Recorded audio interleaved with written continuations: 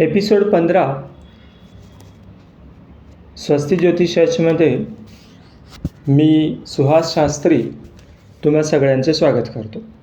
आज आपण प्रत्येक माणसाला किंबहुना सगळ्याच माणसांना सतवणारी एक समस्या म्हणजे पैसा. मी श्रीमंत कधी होणार, माझ्या आयुष्यात दारिद्र्य कधी संपणार, मग दारिद्र्य योग काय येतं, गरिबी काय येते, याच्या मागची काही कारणं आपल्याला जातकाच्या जन्मकुंडली आणि इतरही संबंधित स्थानांवरून कुंडलीतल्या पाहता येतात. त्यातली 5 महत्त्वाची कारणं. एक, ज्याला आपण म्हणतो जन्मकुंडलीमधील 11वा भाव, एकादश भाव, जो की त्या व्यक्तीची इच्छा, त्याची पूर्ती, पैसा, इन्कम आणि मित्र या संदर्भातला खुलासा करतो.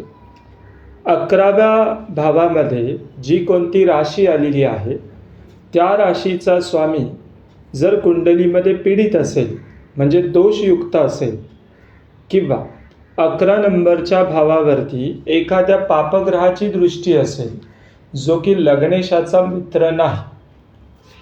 11व्या भावामध्ये बऱ्याच वेळेला असे काही कॉम्बिनेशन्स होतात की त्यामुळे 11वा भाव पैसा येण्याचा मार्ग हा पीडित होतो. बऱ्याच वेळेला 11 भावाच्या व्यतिरिक्त कुंडलीमध्ये शनी आणि राहू यांचा पाप प्रभाव आपल्याला पाहायला मिळतो. कारण शनी ही देवता जरी कर्मप्रधान असली तरी बऱ्याच वेळेला शनी या ग्रहाला आपल्या ज्योतिषाचार्यांनी पापग्रहाच्या कॅटेगरीमध्ये टाकून दिलेलं. तसंच ज्या वेळेला व्यक्तीचा लग्न भावामध्ये म्हणजे प्रथम भावामध्ये ज्या राशीचा अंक येतो त्या राशीचा स्वामी, ज्याला आपण लग्नेश असं म्हणतो, हा लग्नेश सुद्धा जर जातकाच्या कुंडलीमध्ये कमजोर असेल.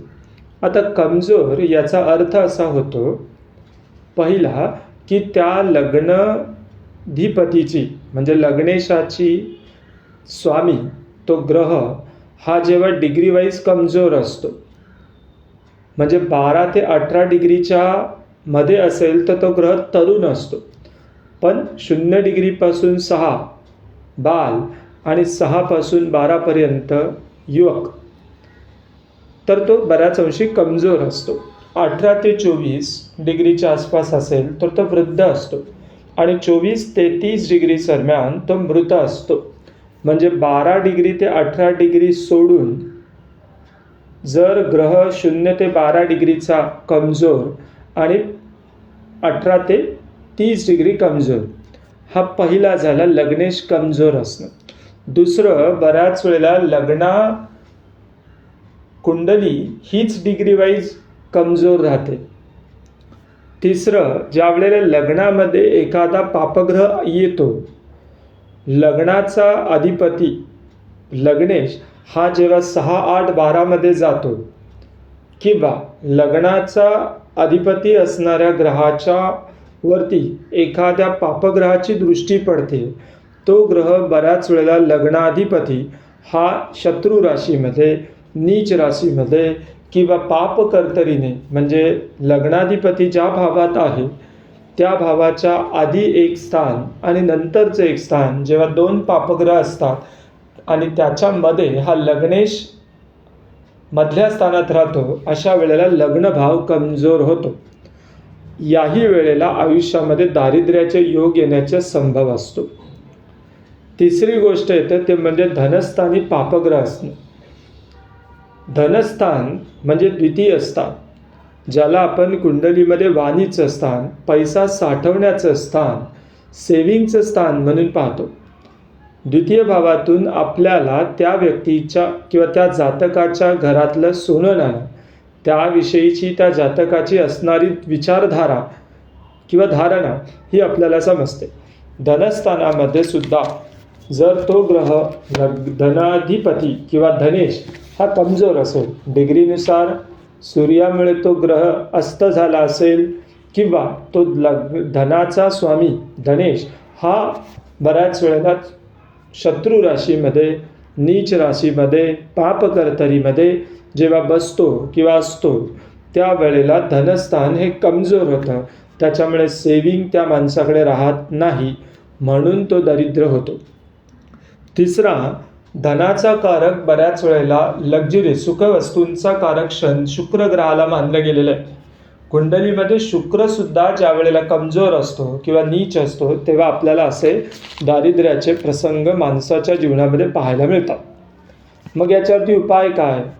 तर एकतर शनिदेवाची अर्चना करणं, दान धर्म नियमितपणे सातत्याने करत राहणं, ते आपल्या आर्थिक आणि एकूणच सर्व परिस्थितीचा विचार करून जे आपल्याला यथाशक्ती यथामती दान करत राहणं, यातून शांती लाभते, यातून या दारिद्र्याचा दोष दूर व्हायला मदत होते. तसंच गुरुग्रहाचे जप करण्यातून किंवा गुरुग्रहाशी संबंधित दान करण्यातून, गुरुग्रहाशी संबंधित तीर्थयात्रा करण्यातून माणसाला दारिद्र्याचा योग संपवता येतो. तुमच्याही कुंडलीमध्ये जर द्वितीय भाव, चतुर्थ भाव आणि नवम भाव या तिन्ही ठिकाणी येणाऱ्या राशींची जर बेरीज केली आणि त्याला एका अंकामध्ये आणलं तर जो अंक येतो त्या अंकाचं स्थान पत्रिकेमध्ये पाहावं आणि त्या स्थानामध्ये कोणती राशी उदित झाली त्या राशीचा स्वामी आणि त्या स्वामीची म्हणजे ग्रहाशी संबंधित देवता यांचा जप करण्याने, याला मी तुम्हाला लक्ष्मी योग आता सांगितला. द्वितीय स्थान, चतुर्थ स्थान आणि नवम स्थान या तीन ठिकाणी उदित होणाऱ्या राशींची बेरीज, त्यांचं बेरीज केल्यानंतर एक अंकीमध्ये रूपांतरित करणं, त्या स्थानाला, त्या स्थानाचा अधिपती तो ग्रह, त्या व्यक्तीचा लक्ष्मी योग होतो. तुमच्याही कुंडलीमध्ये लक्ष्मी योग कुठं आहे, कोणत्या ग्रहाची किंवा कोणत्या देवतेची उपासना केल्याने तुम्हाला पैसा किंवा धनाचा मार्ग मोकळा होईल हे जाणून घेण्यासाठी तुम्ही माझ्यासोबत कन्सल्टन्सी करू शकता. नंबर स्क्रीनवरती दिलेला आहे. तसंच पुण्ययोग ज्याला आपण म्हणतो, हा पुण्ययोग काय? तर पुण्ययोग म्हणजे बऱ्याच वेळेला आपण त्या व्यक्तीचं पंचम स्थान, जातकाचा 5वा भाव आणि जातकाचा 9वा भाव आणि गुरुग्रह यांचा जेव्हा आपण खोलामध्ये अभ्यास करतो पंचम आणि नवम भावाचा, त्यातून आपल्याला पुण्ययोग कळतो. जसं की नवम आणि पंचम स्थानातला अधिपती स्वतःच्या राशीत असणं, तो डिग्री वाईज मजबूत असणं, त्यावरती कोणत्याही पापग्रहाची दृष्टी नसणं, नवम आणि पंचम भावाचा पंचमेश आणि नवमेश हा जेव्हा मित्रग्रही येतो किंवा त्याच्यावर चांगल्या ग्रहांची दृष्टी येते तेव्हा पुण्ययोगाचा संकेत मिळतो. बऱ्याच वेळेला गुरु आणि बुधाची युती चांगल्या भावात झालेली असेल तर, बऱ्याच वेळेला सूर्य आणि गुरु एकत्र आले असतील चांगल्या राशीमध्ये, चांगल्या भावामध्ये आणि 9व्या स्थानामध्ये शुभ ग्रहाचा प्रभाव असेल तर या सगळ्यांचा परिणाम म्हणजे त्या व्यक्तीवरती देवकृपा किंवा आपण म्हणतो की तोंडात सोन्याचा चमचा घेऊन जन्माला आलेली व्यक्ती. मग या वरील ज्या पुण्ययोगाचे संकेत सांगितले त्यातून व्यक्तीच्या जीवनामध्ये अडचणी जरी आल्या तरी त्या अडचणी विनासायास दूर होतात आणि त्या जातकाच्या आयुष्यामध्ये संधी वाढत जातात चांगल्या बनण्याची. कुंडलीमध्ये बऱ्याच वेळेला परदेश योग पाहता येतो. तो परदेश योग देणारे किंवा फळ देणारे ग्रह कोणते आणि भाव कोणता, तर मी ह्या आधीच्या काही भागामध्ये सांगितलं की तृतीय, नवम आणि 12वा भाव. पण याही बरोबरीने परदेश योग पाहण्याकरता राहू, शनी आणि चंद्र यांचं आपल्या किंवा त्या जातकाच्या कुंडलीतील स्थान पाहावं. तसेच 12वा भाव जो परक्या भूमीशी संबंधित असतो तोही पाहावा. 12व्या घरात जर राहू असेल, 9व्या घराचा स्वामी जर 12व्या स्थानामध्ये गेला असेल किंवा लग्नेश 12मध्ये गेला असेल किंवा 3रा आणि नवम भावाचा स्वामी जर चांगला असेल तर त्या व्यक्तीच्या जीवनामध्ये फॉरेन किंवा परदेशाचा योग येतो. तसंच घरकरणीचा योग बघत असताना आपल्याला त्या जातकाच्या कुंडलीमधील मंगळ जो की जमिनीचा कारक आहे, शुक्र जो वस्तू आणि ऐशाराम किंवा ज्याला सुखवस्तू म्हणतो याचा कारक आहे. शनी हा बांधकामाचा कारक आहे. त्यामुळे जेव्हा आपल्याला घरासंबंधी मग घर खरेदी असेल किंवा असे काही योग जातकाच्या आयुष्यात पाहायचे असतात तेव्हा आपल्याला चौथा म्हणजे चतुर्थ भाव आणि 11वा म्हणजे 11th भाव किंवा एकादश भाव या दोघांचाही आपल्याला विचार करावा लागतो. कुंडलीमध्ये बऱ्याच वेळेला आरोग्य योग कसा पाहावा असा बऱ्याच जणांनी मला यापूर्वी प्रश्न विचारला. तर विद्यार्थी मित्रांनो, कुंडलीतील 6वा भाव जो आजाराचं आणि 8वा भाव किंवा अष्टम भाव शस्त्रक्रिया सर्जरी आणि 12वा भाव हा हॉस्पिटल संबंधित असतो. या तीनही स्थानांवरती जर काही ग्रहांचा प्रभाव पडला जसे की शनी तर दीर्घकालीन रोग होतो. राहू अचानक काही आरोग्याशी संबंधित प्रश्न उपस्थित करतो. मंगळ असेल तर तो अपघात घडवतो.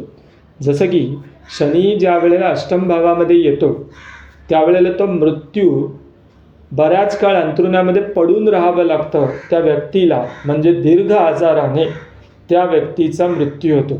या ठिकाणी एक गोष्ट अशी आहे की त्या माणसाचं आयुष्य वाढतं, परंतु अंथरुणामध्ये मृत्यूशय्येवरती बसून झोपून काही वर्ष काढणं त्या व्यक्तीला बऱ्याच वेळेला त्रासदायक किंबहुना त्याच्या नातेवाईकांनाही तो त्रासदायकच प्रसंग असतो. राहू जर अष्टमात असेल तर बऱ्याच वेळेला अचानक पद्धतीने माणसाला संकट यायला लागतात. नेपच्यून जर अष्टम भावामध्ये असेल तर त्या व्यक्तीला आपण म्हणतो की गुंगी येणारी औषधं किंवा औषधाचा ओव्हरडोस होणे यासारखी संकट येऊन मृत्यू येण्याची शक्यता असते. त्याचबरोबरीने ज्यावेळेला पत्रिकेमध्ये अष्टम भावामध्ये चंद्र येतो तेव्हा त्या माणसाला पाण्यापासून भय असतं. प्रोव्हाइडेड इतरही काही कंडिशन्स आपण पत्रिकेतील पाहाव्या आणि त्यानंतरच या गोष्टींना आपण कन्फर्मेशन देऊ शकतो. तसंच बऱ्याच वेळेला आपल्या कुंडलीमध्ये शनी ज्या वेळेला नीच असतो तेव्हा शनी न्याय, शिस्त, परदेश योग आणि अध्यात्म याचा कारक आहे. शनी जेव्हा नीच असतो तेव्हा व्यक्तीच्या जीवनामध्ये संघर्ष, ताण, कोड, प्रकरण यासारखी प्रसंग उद्भवतात.